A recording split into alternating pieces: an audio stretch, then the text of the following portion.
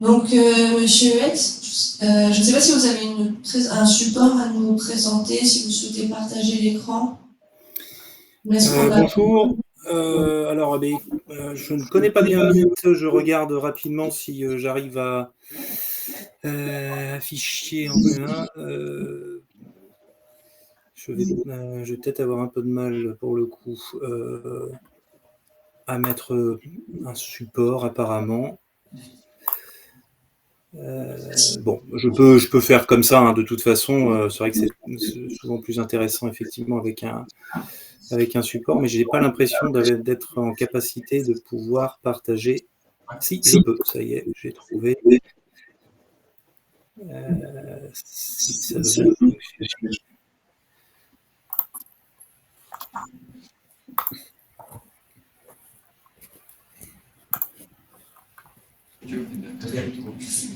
Alors, est-ce que mon écran est partagé ou pas? Super. Oui, c'est bon pour vous. Donc, on est bien sur cette expérimentation donc de la rédaction des certificats de décès donc par les IDE. Je vais essayer de mettre ça comme ceci. Voilà, ce sera voilà. Donc, comme vous l'avez évoqué, c'est un projet initial qui prévoyait au départ de restreindre cette expérimentation à 6 régions. Et puis la loi Valtou, le 27 décembre 2023, a étendu la portée de ce dispositif à l'ensemble du territoire. Donc, effectivement, au regard comment dire, des réalités de terrain, les familles, les forces de l'ordre qui sont confrontées à des délais d'attente importants pour obtenir un certificat de décès, l'article 36 de la loi de financement de la sécurité sociale pour 2024 a mis en place une expérimentation afin d'autoriser les infirmières à constater et à certifier les décès survenant donc à domicile, et ce donc afin d'améliorer les délais de certification. Ah. Hop là. Donc, cette expérimentation est prévue pour une durée d'1 an, donc à compter de la date de parution du texte. Ce sera au 25 avril 2025. Et elle va permettre en fait d'estimer, comme ça l'est indiqué, l'adhésion donc des infirmiers donc, au dispositif pour répondre aux attentes des familles et de l'opportunité d'inscrire ce dispositif dans le droit commun. Le dispositif vise donc les infirmiers IPA y compris, ceux portant volontaires qui exercent donc en tant que libéral ou salarié. Je repréciserai après quel type de salarié, et puis avec 2 ans d'expérience. Et ces personnes-là donc sont volontaires pour bénéficier donc d'une formation. Les conseils départementaux de l'ordre des infirmiers sont chargés donc de vérifier les conditions d'éligibilité des infirmiers volontaires pour participer à cette expérimentation. Donc ce cadre, donc infirmier diplômé d'État, libéral, salarié, en tant que salarié toujours avec l'accord du chef d'établissement. Et dans les salariés, aujourd'hui, l'expérimentation a légèrement évolué. Aujourd'hui, nous sommes effectivement sur les IDE, donc HAD, EHPAD, mais aussi maintenant donc SDIS, SIAD et centre de santé. Il faut être diplômé depuis au moins 3 ans, inscrit à l'ordre, évidemment volontaire, on le remet toujours, hein, cette notion qui est extrêmement importante, et puis avoir suivi la formation, disposer d'un tampon donc, pour la poser sur les certificats de décès, et donc avec cela, eh bien, il est possible de participer à l'expérimentation. Je poursuis, peut-être qu'il y aura des questions pour la suite, je pense que c'est ce qu'il y a de mieux. Sont inclus donc dans cette expérimentation les décès donc, pour les personnes majeures, les décès donc, à domicile, HAD compris, et puis donc sans de restriction d'heures, même si effectivement, et dans les faits, sur les IDE libéraux, nous pourrons évoquer tout à l'heure, mais effectivement, l'idée n'est pas de solliciter les IDE à n'importe quelle heure. Mais en tout cas, il n'y a pas de restriction au niveau du décret. Sont exclus donc de cette expérimentation les décès donc en établissement de santé, les décès des personnes donc, mineures sur la voie publique et tout ce qui est décès prenant une forme violente ou suspecte. Il faut voir que donc cette notion-là est retravaillée notamment lors de la formation. Donc cette formation, c'est une formation aujourd'hui qui est proposée par l'ARS, qui est en e-learning asynchrone et qui a commencé donc début juin. Aujourd'hui, nous avons des retours qui sont extrêmement positifs, donc des IDE formés, et notamment sur la qualité de la formation qui a été mise en place. Donc effectivement, voilà, c'était effectivement, j'ai repris, mais bon, donc il y a différents webinaires qui peuvent être réalisés, comme là, ce que vous faites aujourd'hui, avec la présence de médecins légistes, effectivement, pour appuyer ensuite cette expérimentation. Les conseils de l'ordre départementaux infirmiers sont tenus réglementairement donc d'informer différents partenaires. Nous avons effectivement le SAMU, nous avons l'URML donc pour les médecins, nous avons donc les SDIS aussi, l'ARS qui doit recevoir et être informé de cette liste. Et j'en oublie certainement, puisque de mémoire ça ne me revient pas, mais c'est effectivement contenu dans le décret. Au niveau national, aujourd'hui, on aimerait pouvoir travailler sur un outil de telle sorte que la liste des personnes donc, qui ont été formées et qui sont volontaires pour participer à l'expérimentation puisse être, par exemple, au SAMU, être à disposition donc, des médecins régulateurs qui pourraient effectivement aller chercher les différentes informations, à savoir, je recherche quelqu'un sur tel territoire, je vais sur cet outil, et puis en fonction des disponibilités qui ont été intégrées dans l'outil par les IDE, eh bien, je peux avoir les informations et donc contacter s'il y a des IDE qui sont sur ce territoire-là et dans les horaires convenus. Cette idée est toujours maintenue. Pour le moment, nous n'avons pas réussi à mettre en place cet outil. Cependant, le CIDOA 2776 et très certainement bientôt le 1450-61 font en sorte, donc sur la région, donc forcément sur le département dans l'Orne, font en sorte de distribuer donc un tableau, transmettre un tableau avec lesquels il y a et il va y avoir les disponibilités des IDE. Voilà. Donc ça, c'est l'ordre qui reviendra vers les infirmières et les infirmiers.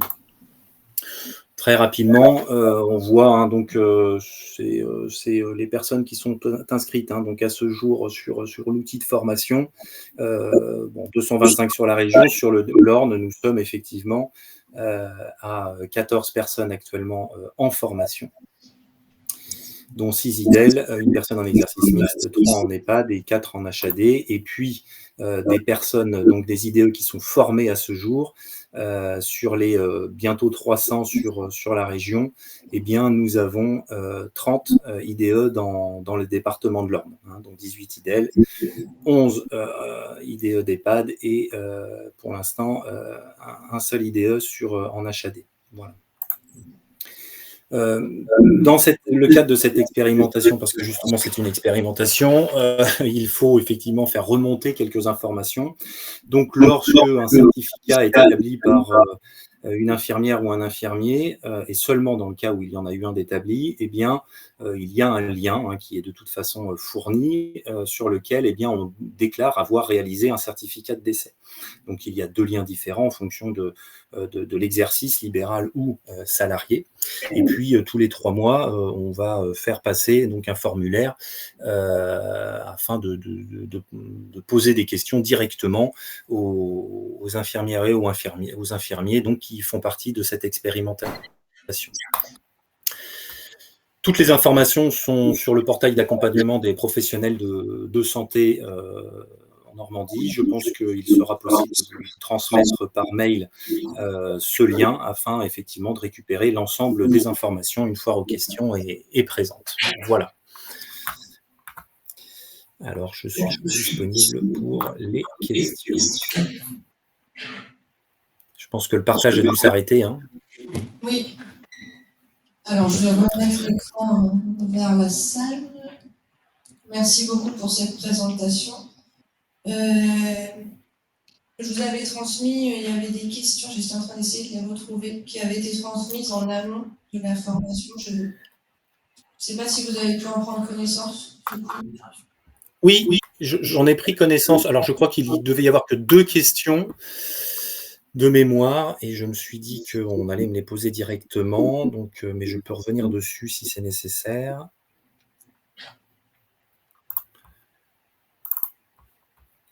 Dans la salle, il y a des questions.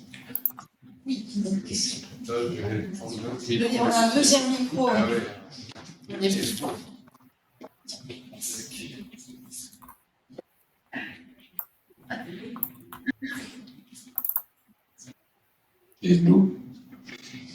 Bonjour, Anne-Céline Boss, médecin généraliste. Je voulais savoir si pour les infirmières, il y avait une rémunération quand elles font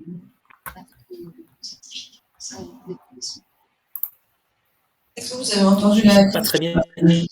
Non, j'ai pas bien entendu la question. La question vient d'un médecin généraliste de la salle qui demande s'il y a une rémunération prévue pour les infirmières lorsqu'elles interviennent. Alors oui, tout à fait. Donc il y a effectivement une rémunération qui est de l'ordre de 42 € sur les heures, donc 8 heures, 20 heures, et sur les heures de la PDSA, nous sommes à 54 €. Voilà, et il n'y a pas de dédommagement sur par contre, le déplacement.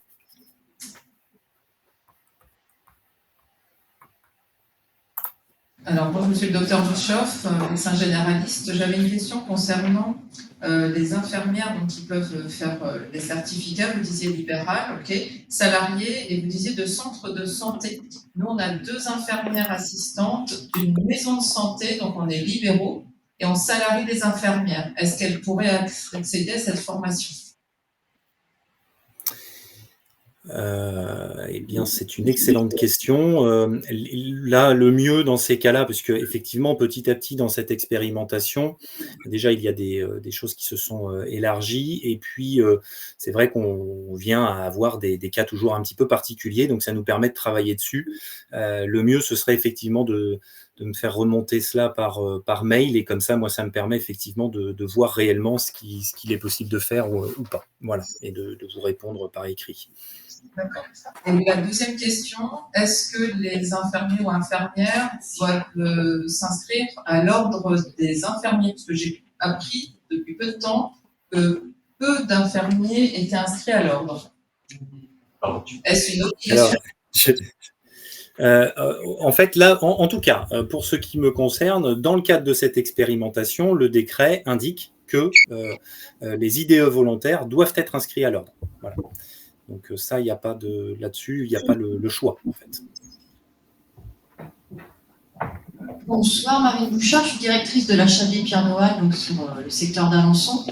Donc l'infirmière qui a le certificat sur Alençon, c'est une de mes infirmières, donc je suis plutôt contente. En revanche, je voulais savoir s'il était prévu à terme un financement pour les établissements, parce que les HAD sont déjà en difficulté financière importante sur notre territoire. Et effectivement, moi j'ai du mal à motiver mes équipes à aller faire des certificats de décès, même si elles en voient toute l'utilité pour les patients, parce que on leur demande de faire un acte supplémentaire qui n'est pas anodin. Et à un moment, c'est valorisé pour les infirmiers libéraux, et les infirmiers HAD, c'est pareil, je pense qu'il faudrait penser à quelque chose. Alors, à ce jour, comme je vous l'indiquais, c'est une expérimentation nationale, ce qui veut dire qu'elle a un cadre bien spécifique. Aujourd'hui, ce cadre sera le même jusqu'au 25 avril 2025. Après, ce sont des négociations conventionnelles qui pourraient avoir lieu, mais nous n'avons rien de ce côté-là.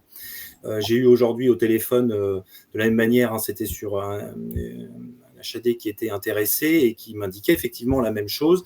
Après, Je suis tout à fait convaincu par ce que vous dites. Après, c'est vrai aussi que ça permet dans pas mal de circonstances de pouvoir régler une problématique, c'est-à-dire qu'on a des IDE qui peuvent rester parfois très longtemps, et le fait d'avoir sur place pour attendre effectivement la venue d'un médecin, et c'est vrai que le fait, quand c'est possible et quand c'est dans ce cadre réglementaire, de pouvoir réaliser le certificat de décès, ça fait aussi gagner du temps à l'IDE qui est sur place. Bon, après, c'est une vue un peu générale, mais bon, en tout cas, c'est aussi des fois comme ça que l'on peut voir l'intérêt de cette expérimentation, en tout cas aujourd'hui, c'est de se dire qu'on peut régulièrement sortir de ce type de situation, voilà, plus facilement. Après, je suis convaincue par le dispositif, si vous voulez.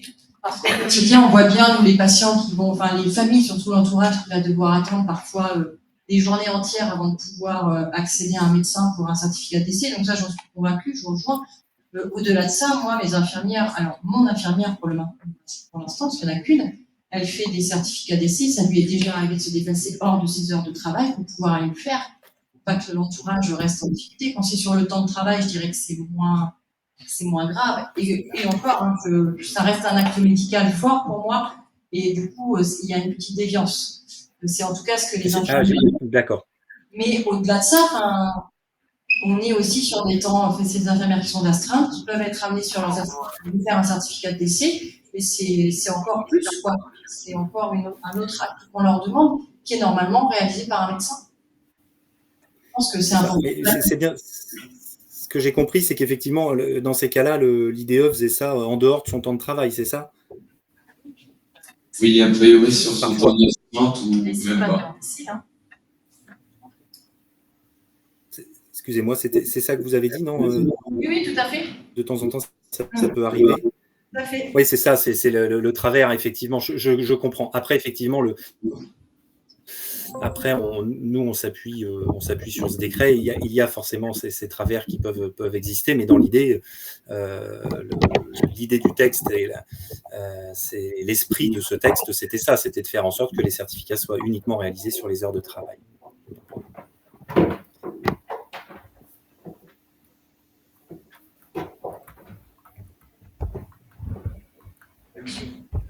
J'ai une question, ça est juste. Vous avez marqué que les décès étaient, enfin pour les causes d'exclusion, c'était les décès en établissement de santé.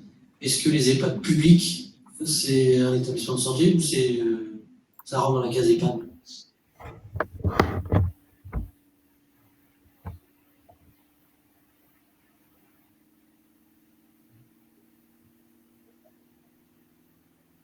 J'ai pas entendu. La question s'adressait à moi? Oui. Oui, pardon. Non, parce que j'ai cru comprendre initialement que la question se... Alors, oui, tout à fait. Dans un EHPAD, un public privé, effectivement, c'est pas la question. Même si c'est rattaché à un établissement sanitaire. Oui, à partir du moment où c'est un EHPAD, oui. On sait que nous avons aussi dans ce pays. C'est possible. Et justement, si on peut revoir vos critères d'exclusion, là, que vous aviez mis sur votre diapo, vous avez marqué maison de santé. Qu'est-ce que vous entendez par maison de santé?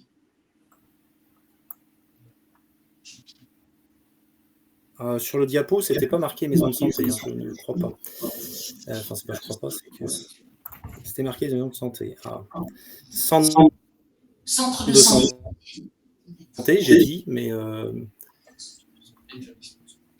Oui, mais ça, c'est ce que j'ai dit à l'oral, puisqu'effectivement, c'est tout nouveau, c'est-à-dire que ça sort en fait, ça sort du cadre jusqu'ici, c'est-à-dire que ça sort du cadre premier, c'est-à-dire qu'effectivement, on a sur des centres de santé, donc on se retrouve avec comment, il y a eu une forte demande, ce qui fait que l'expérimentation a été ouverte aux IDE de centres de santé. Voilà.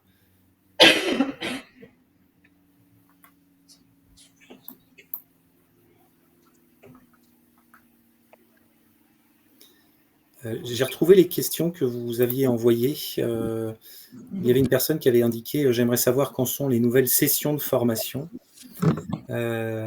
Donc là, en fait, là désormais, les inscriptions sur la formation se font donc et via le lien que vous pourrez obtenir, vous avez l'ensemble des informations encore une fois et tous les liens possibles. La formation, donc, c'est vous vous inscrivez sur votre portail, sur le portail de l'ONI, sur votre espace personnel.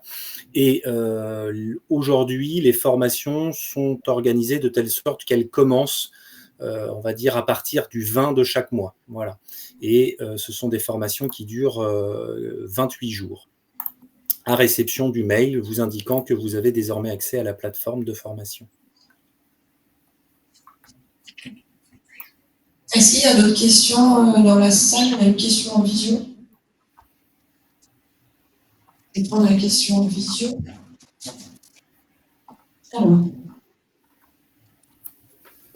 Madame Métivier, vous aviez une question, vous souhaitiez intervenir? Votre micro est désactivé. Éteint. Non, pas de question. D'accord.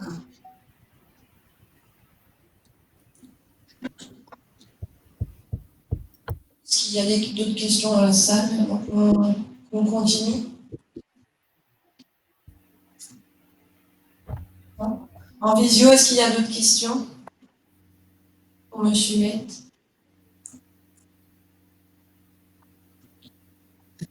Non. N'hésitez pas, s'il y en a, c'est le moment. Bah, s'il n'y a pas plus de questions, je vous remercie, Monsieur Huette, d'être intervenu, d'avoir répondu aux différentes questions qu'il pouvait y avoir.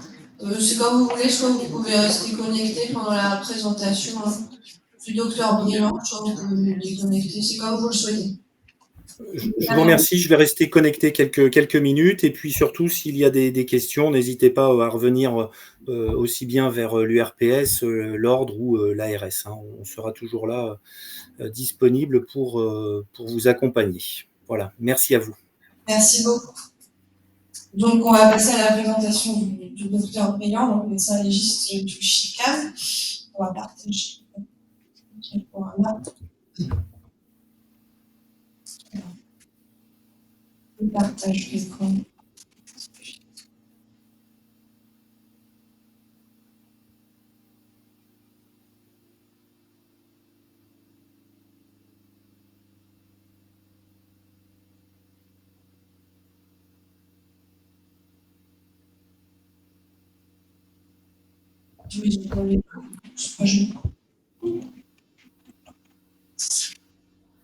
En visio, vous voyez bien le partage d'écran, le diaporama qui s'affiche? Non. Ah. Oui.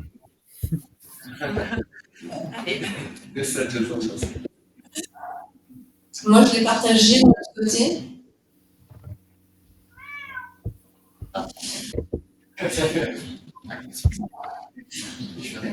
Est-ce que la personne qui ne le voyait pas le voit maintenant ou toujours pas? On ne voit pas le partage d'écran. Ah. Peut-être avec le partage. J'ai fait partager tout l'écran. J'ai tout partagé en fait. Je regarde fenêtre, ça se trouve. J'avais peut-être pas lancé. Comme ça. Là, c'est bon. Bon là. Ouais, oui, c'est bon. C'est bon. Je vous laisse le micro. À la demande de Romain notamment, donc j'ai fait un petit topo sur la rédaction du certificat de décès. Donc oui, pour ceux qui ne me connaissent pas, donc je suis Frédéric Brillant, médecin légiste à l'hôpital d'Alençon. Je dis le parce qu'il n'y en a qu'un dans l'ordre.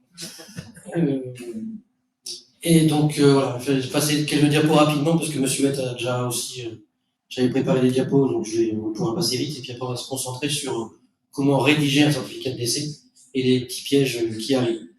Mais déjà, la base, qu'est-ce qu'un décès? On commence par ça.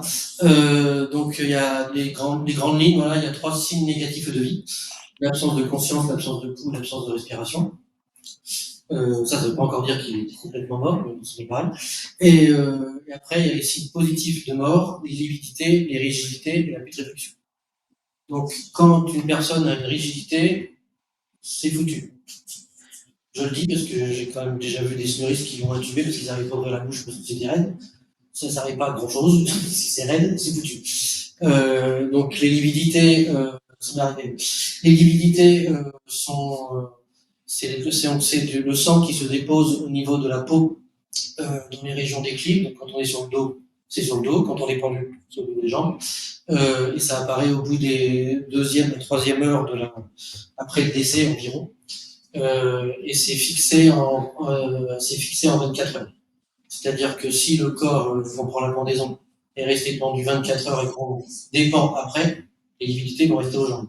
Si il est resté 3 heures pendu, les lividités vont être aux jambes, on le remet sur le dos, les lividités vont réapparaître sur le dos. Donc ça permet de nous de savoir s'il a été bougé ou pas 24 heures après.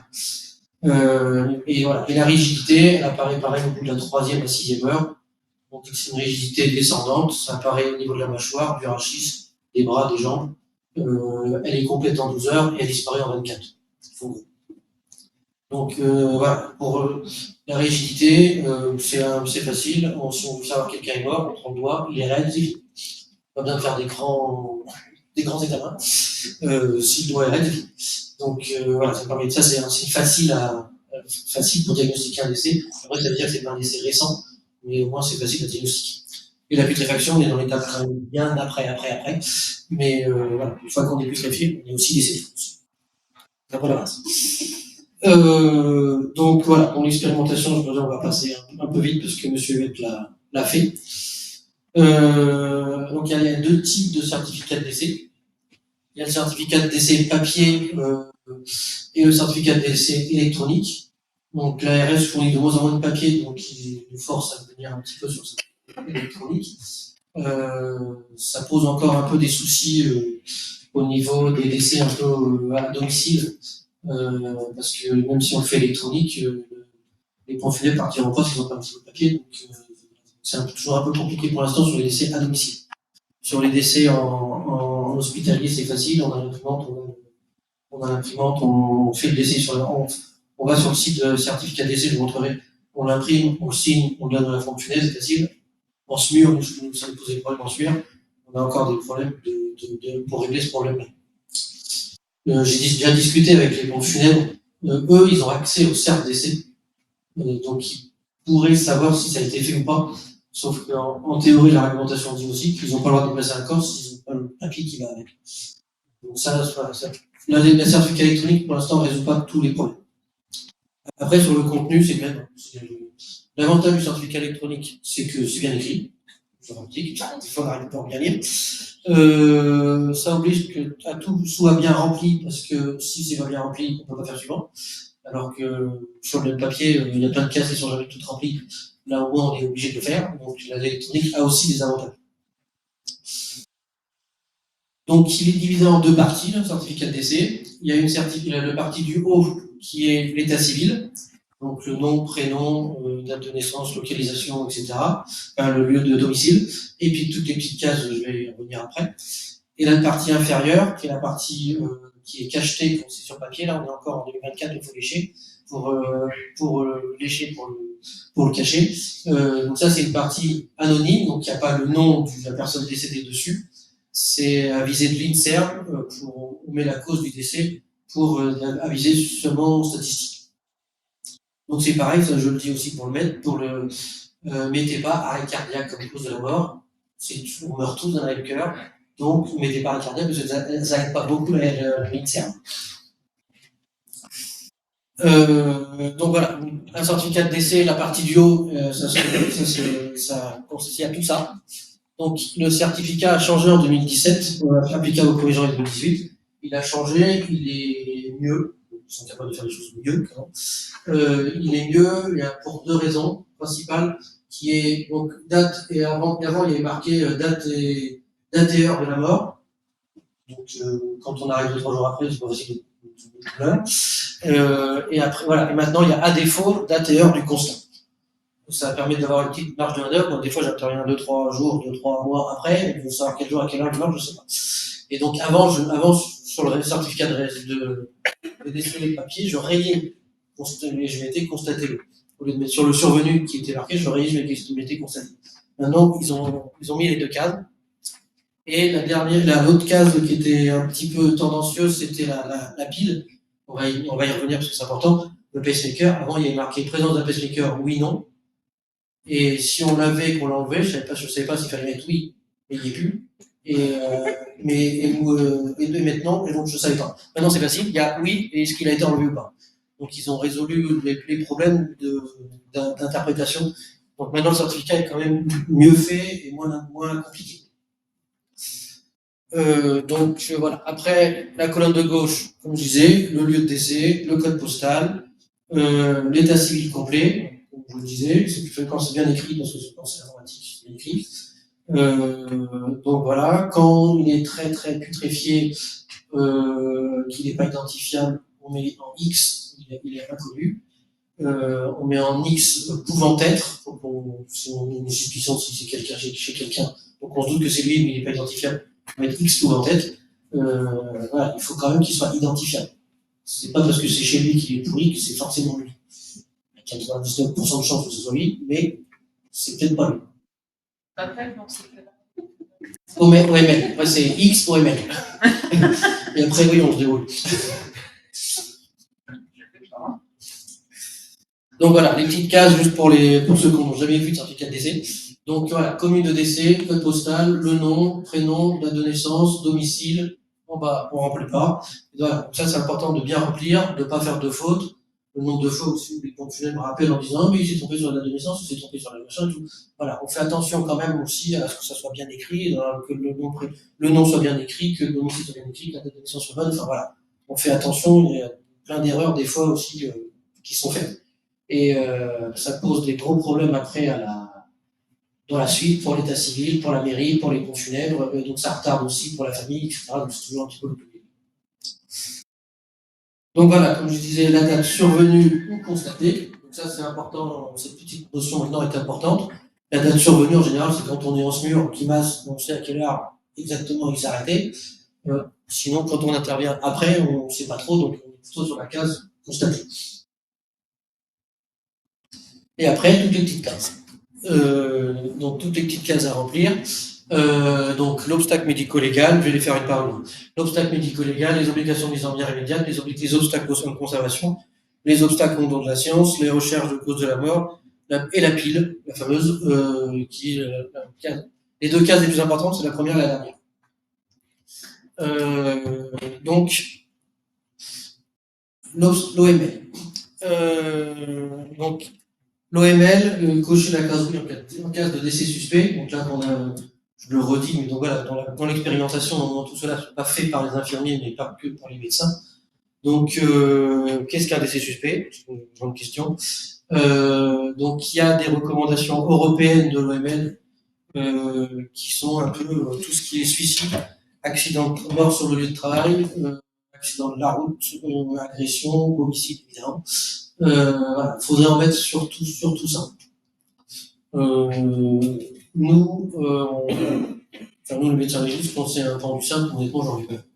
Voilà, je ne mets pas sur tous les suicides. Il faut en mettre un sur tous les suicides par arme à feu, en systématique. Après, c'est mon boulot de savoir l'angle pour savoir si c'est compatible ou pas.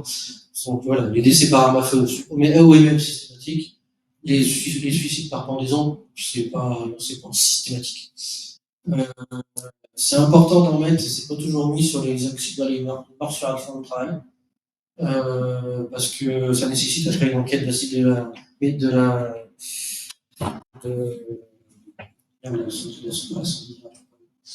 du travail. Donc il y a une enquête d'inspection du travail, puis une enquête judiciaire, etc. Donc c'est important d'en mettre. Donc toutes les morts sur les morts sur le lieu de travail. Même s'il fait son infarct dans son bureau, d'en mettre un quand même, juste pour qu'il y ait une enquête, c'est important quand même. Bon, après, quand c'est un vrai accident de travail, quand il tombe d'un toit, etc., on peut mettre un obstacle aussi. Les homicides aussi, tant qu'à faire. Et voilà, après, l'OML, je le dis toujours dans cette phrase-là, on peut vous reprocher de ne pas en mettre, on ne peut pas vous reprocher d'en mettre un. Juste vous faire engueuler par les gendarmes parce que vous les faites chier parce qu'il y a un obstacle qu'il faut qu'ils bossent. Mais en dehors de ça, c'est pas grave. Par contre, si vous en mettez pas un et que ça a justifié d'en mettre un, Moi, je sais qu'il y a une procureure d'Alençon qui a foutu un médecin de conseil de l'ordre parce qu'il est pas une sac. Qui a pour faute. Parce qu'elle n'avait pas examiné le corps et voilà. Faut pas en mettre tout le temps parce que vous allez faire chez la police et la gendarmerie, qui après vont pas. Mais voilà, si vous avez un doute, faut pas non plus hésiter à remettre. Après, c'est à mon boulot, moi et à la police, de régler le problème, de lever les doutes. Donc, si on coche l'obstacle légal, on s'arrête de cocher. Non, ah non, faut tout cocher. Ça m'arrive souvent de cocher légal derrière, parce que le médecin, justement, il a pas coché. Pour lui, il a mis oui, et puis après, le reste, il fait pas. Et il faut quand même savoir s'il y a une pile, etc. Donc, il faut quand même tout cocher. La partie basse. Oui. Oui. Parce qu'en plus, il y a une autopsie, la médecine légale a accès à l'INSERM pour changer et pour donner la cause de la mort, la vraie, sur le volet INSERM. Donc oui, il faut tout vraiment, même s'il y a un obstacle, il faut tout remplir. Par contre, on ne touche plus à rien. Une fois qu'on a mis un obstacle, on ne touche plus à rien. Je le dis parce que dans un hôpital du département, une fois, il y a eu un suicide dans une chambre dans le centre hospitalier. Donc voilà, le médecin est venu, a mis un obstacle. Le personnel de l'hôpital a sorti le lit, a sorti la chambre, a fait la toilette portière, a tout nettoyé contre le comble, a remis le patient dans son lit et a appelé les gendarmes. C'est pas comme ça qu'on fait. Donc là, c'était pas bien. Donc, on fait pas. Et donc, quand on a un obstacle, on touche plus rien. On appelle la gendarmerie ou la police en fonction d'où on est pour qu'après, que ce soit un peu filé et que ce soit la justice qui suit. Dès qu'il y a un obstacle, le corps est mis au bain de justice, et déjà c'est lui qui décide. Et après, il fait quand il aura fini, en général c'est pour ce mois il fini, il fait un PV, un procès-verbal aux fins inhumées, qui autorise la suite pour la famille de faire ce qu'elle veut, mais tant qu'il n'y a pas eu ce PV et tant qu'il y a un OML, le corps appartient à la justice.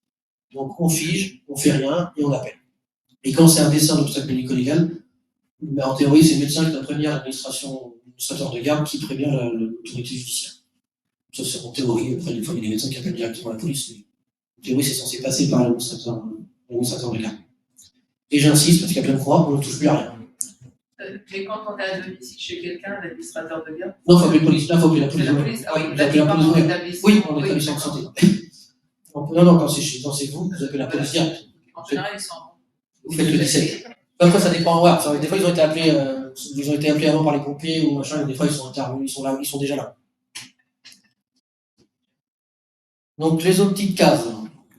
S'il y a des questions, en plus, comme j'ai pas accès à la visio, je peux passer des questions. Voilà.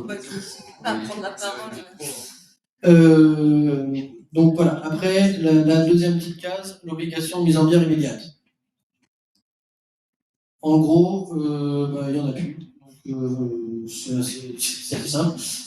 Jusqu'à quelques années, il y avait le SIDA qui obligeait une mise en bière immédiate. C'est plus le cas. On a eu le Covid pendant un moment qui obligeait une mise en bière immédiate, mais il n'y en a plus. Et les cercueils hermétiques, choléra, fièvre hémorragique, c'est tranquille sur ce côté-là. Voilà, là, maintenant, faut mettre non tout le temps. La troisième, l'obstacle au long du corps. Voilà. Quand on met un OML, on va mettre obstacle au long du corps. En systématique. Et après, quand c'est des chocs septiques indéterminés, il faudrait aussi mettre obstacle au long du corps. C'est assez rare. C'est pour ça que je dis que je passe vite, parce que vraiment, c'est la première et la dernière case qui est la plus importante. Prélèvement prélèvement en vue de rechercher la cause du décès, il faut mettre oui quand on a demandé une autopsie scientifique. Comme ça, après, ça permet, notamment quand c'est en anonyme, enfin, l'INSERM puisse aller chercher la cause.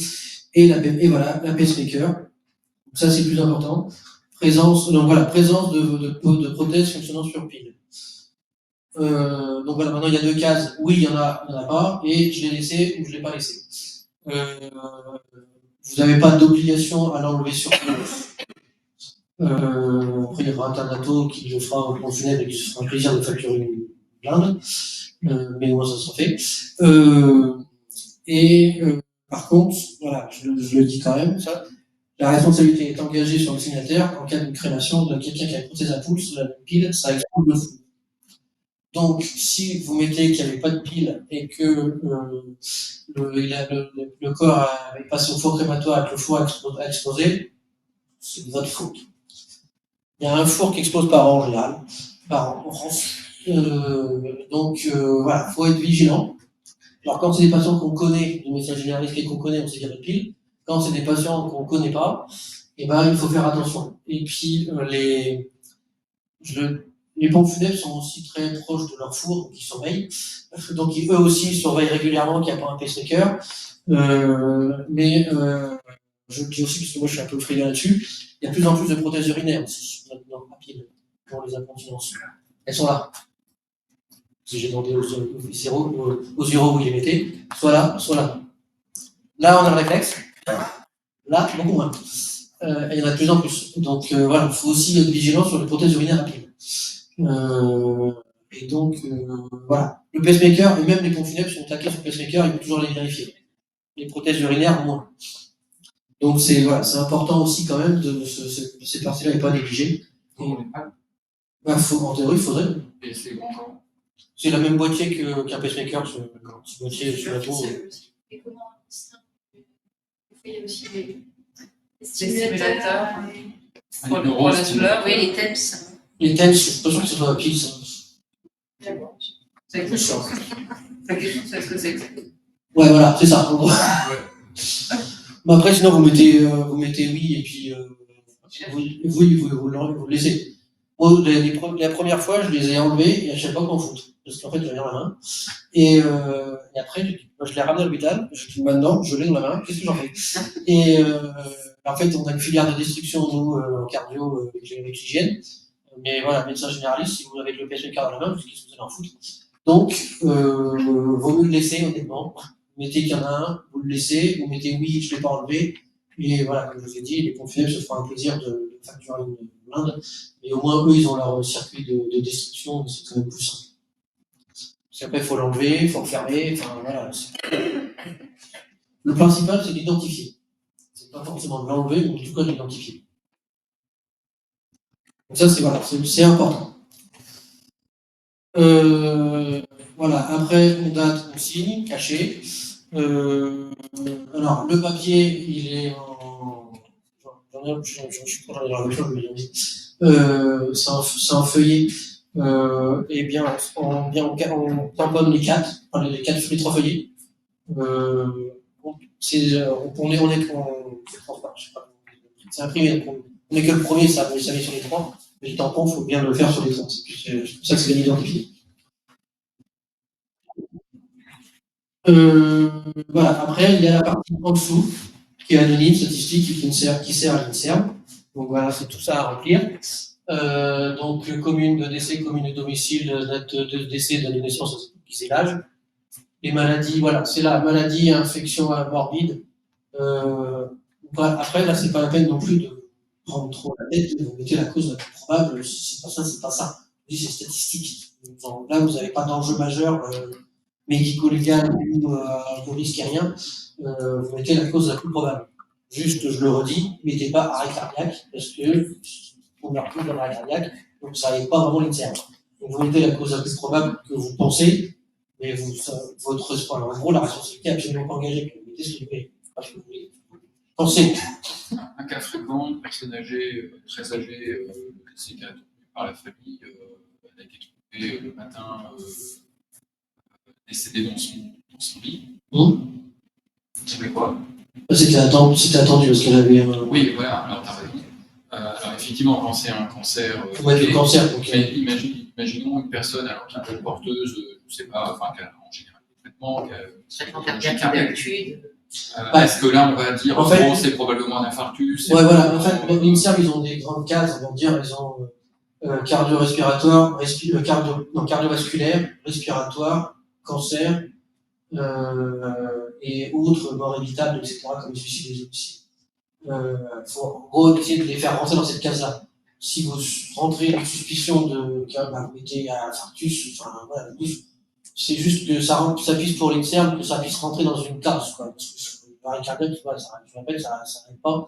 Si vous mettez infarctus, c'est la cause la plus probable, après, voilà, je vous dis, ça n'engage en rien, c'est ce que vous pensez. Voilà, si vous avez des antécédents, vous dites, elle a 4 hypertenseurs, elle a machin, il y a de grandes chances que ce soit cardiovasculaire, ben voilà, vous avez un infarct, AVC, enfin, ça rentre dans la case de cardiovasculaire. Si c'est phase terminale, cancer. Ils ont été cancer, ouais. C'est dans les cases de. Les cases, c'est en gros respiratoire, accident cardiovasculaire, AVC et infarctus, cancer, et après les autres, les mortalités, ce qu'ils appellent les mortalités évitables avec tout ce qui est les accidents de la route, les suicides, etc., qui sont la mortalité évitable. En fait, je pense que ce qui nous perturbe, c'est consécutive A, Bon, qui est consécutive A, qui est consécutive A. Moi, je fais métastase, Non, mais bon, moi, ne faut pas chier. L'infarct et tout, c'est bon. C'est pas un infarct, c'est consécutif à l'hypertension, mais c'est tout. Athéro. Ouais, c'est ça, athéro. C'est le principe. Enfin, voilà, je vous dis, ils sont contents quand c'est déjà rempli, parce qu'il y en a qui n'en remplissent pas, mais voilà, rempli, qu'ils puissent leur mettre quand même participer au stade. Après le lieu de décès, bon, ça c'est pas facile. Mort subite, circonstances de décès, cas de mort violente, grossesse, activité professionnelle, recherche de cause de la mort. C'est là où je vous disais, si vous mettez recherche médico-légale, en fait, l'INSERM, le médecin légiste à Caen qui fait l'autopsie, a accès à l'autopsie de l'INSERM pour compléter la cause du décès la veille.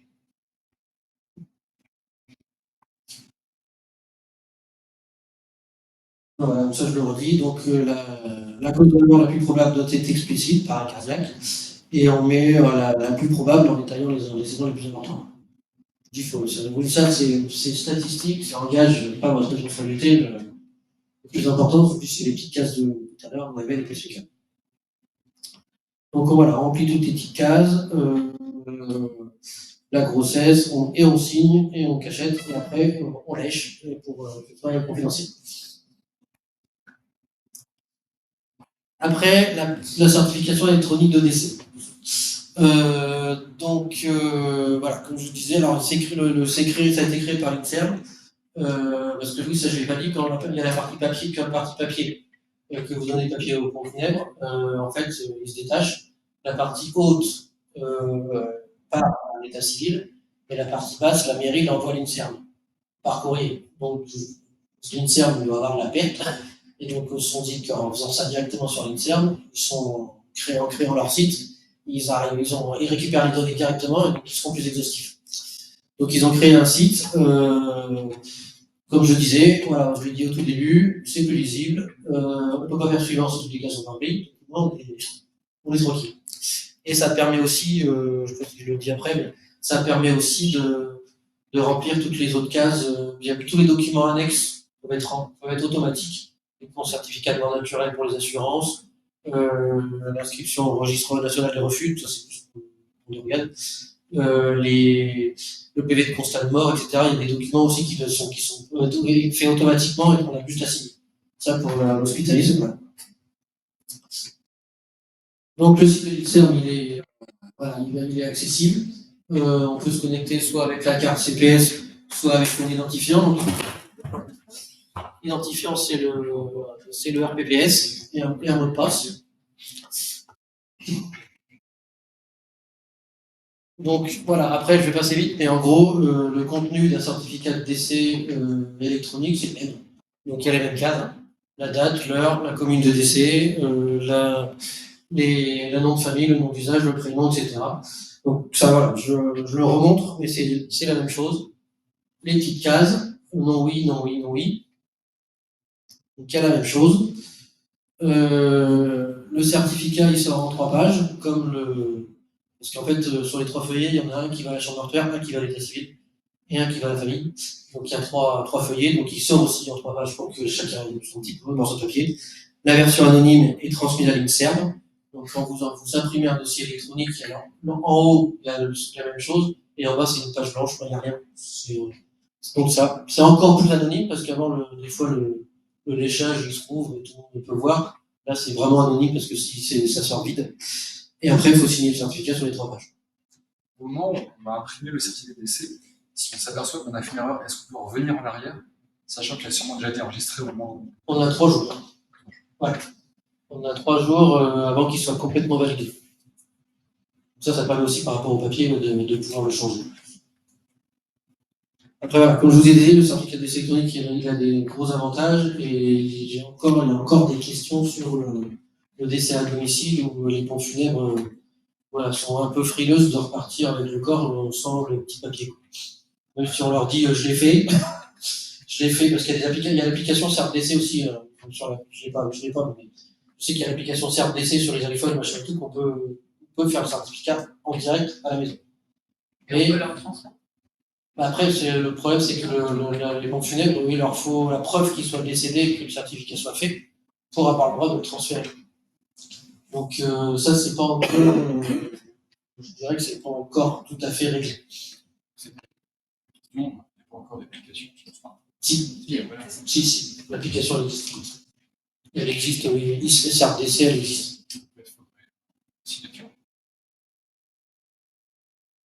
Oui, il faudrait une signature électronique et puis pas avoir imprimé à la maison. Ça, c'est pas encore tout à fait réglé. Pour l'hôpital, ça marche bien. De toute façon, l'ARS nous a sucré les certificats d'essai, maintenant on en a plus. Donc on est obligé de les faire valider en électronique. Donc voilà, à l'hôpital, ça marche bien parce que de toute façon, c'est dans un service, on le fait sur l'ordi, on imprime, on signe, qui à domicile, c'est plus compliqué. Et si je reviens vite fait sur la partie, on avait posé la question à l'ARS avec Lucie, il y a marqué pour l'instant, faut pas faire. Je sous-signais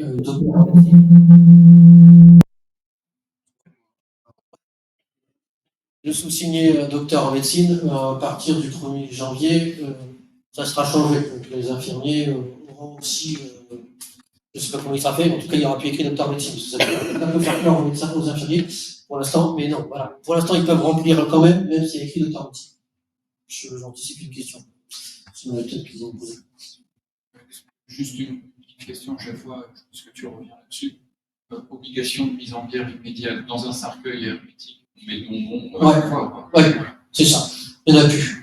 On a eu le Covid, jusqu'à il y a quelques années, il y avait le sida. Le sida a aussi été un obstacle au sein de conservation. Maintenant, ça ne l'est plus non plus. Donc, en fait, il y en a plus. A priori, il y a deux questions en visio. Est-ce que le docteur Farchian et le docteur Bonnet, vous entendez, vous pouvez prendre la parole pour poser les questions vers le micro. Oui. Alors, je me permets, bonsoir. Sarah Farchian, généraliste à Saint-Denis-sur-Sarthe. J'avais quelques petits points précis. La pile, du coup, c'est plus à nous de la retirer? Vous n'êtes pas obligé. On n'est pas obligé, d'accord. Non. Il faut l'identifier, donc mettre bien oui. Et voilà, si l'hypothèse présente enlèvement déjà effectué, vous êtes non. D'accord. Et comment pour les infirmiers, du coup, ils doivent la retirer, ils doivent pas la retirer, comment ça se passe? Pareil, s'ils veulent la retirer, s'ils veulent pas, ils le laissent. Ok. Au niveau des gendarmes, quand on y va de temps en temps sur des morts suspectes, ils mettent une très, très grosse pression pour ne pas mettre d'obstacles. Alors, personnellement, je m'en fous, mais des fois, ils sont quand même assez rigides. Oui. Ils sont assez violents là-dessus. Alors, je comprends que ce soit compliqué pour eux, qu'ils veulent rentrer à la maison, etc. Mais des fois, on n'a pas le choix. Dès qu'il y a un obstacle, il faut qu'ils bossent. Donc, si vous voulez bosser moins, il n'y a pas de gendarme. Si vous voulez bosser moins, ça les arrange, donc ils mettent une pression pour qu'il n'y ait pas d'obstacle. Je vous dis, moi, j'ai pas ce problème-là, parce que si c'est moi qui le mets, il est aussi pas. Donc, j'ai pas ce problème-là, mais je connais le problème, je sais qu'ils peuvent être chiants. Après, à la fois ils sont chiants, à la fois ils sont pas chiants, parce que moi je suis au milieu, donc je prends les balles des deux côtés, parce que j'ai des médecins qui me disent qu'ils me font chier, les gendarmes me disent ils mettent des obstacles mais c'est pour rien, donc moi je suis au milieu, je prends les balles. Voilà, il y a le médecin qui met un obstacle, là c'est plutôt muriste, on va dire ça. Le médecin qui met un obstacle et qui se casse et qui appelle en disant j'ai mis un obstacle mais je me suis barré, et que le gendarme ne sait pas pourquoi il y avait un obstacle. Ça l'énerve. Pourquoi il en a mis un, je sais pas, machin et tout, ça a l'air clair. Voilà, donc déjà, si vous arrivez à argumenter pourquoi vous le mettez, déjà, là, je dirais que la relation se passe mieux. Je ne sais pas qu'elle se passe bien, mais elle se passe mieux. Donc voilà, expliquer pourquoi vous le mettez. Ça permet quand même un début de discussion. Et puis, de toute façon, après, vous leur dites que c'est vous qui avez le dernier mot, et que c'est pas eux. Voilà, je sais bien qu'il y a une pression des gendarmes pour ne pas en mettre. Mais voilà, c'est surtout leur expliquer pourquoi vous en mettez un. Déjà parce que moi après j'interviens, je fais l'examen de corps et au moins aussi je sais pourquoi il y en a eu un et ça me permet aussi de savoir pourquoi il y en a eu un, de le lever si besoin. Si je sais pas, après voilà, c'est pareil, on est un peu dans la commune. Je dis, plus le SMURIS, plus que les médecins généralistes, le SMURIS, le mettre le certificat sur un obstacle qui se passe. Et on dit des fois, ok, pourquoi? J'ai un cas, c'était en plein centre-ville d'Alençon. Il y avait une dame qui était un tout petit peu parano. Elle habitait sa chambre était au 2e étage. Elle avait fermé la porte à clé, normale. Elle avait fermé la clé de la porte qui montait à l'escalier et avait mis une cale pour pas qu'on puisse monter. À un premier étage, au rez-de-chaussée, au premier étage, au 2e étage, clé plus cale. Et dans sa chambre, elle avait une cale et elle est morte dans sa chambre. Bon. Là, de se dire que quelqu'un a tué, il y a une marge, et bon, ça pourrait quand même avec un obstacle. Donc, je dis pourquoi l'obstacle, voilà. Donc voilà, des fois, il y a des obstacles aussi qui énervent un peu tout le monde, parce que je sais pas ce que je fous là, parce que franchement, c'est pas possible de la tuer, celle-là. Et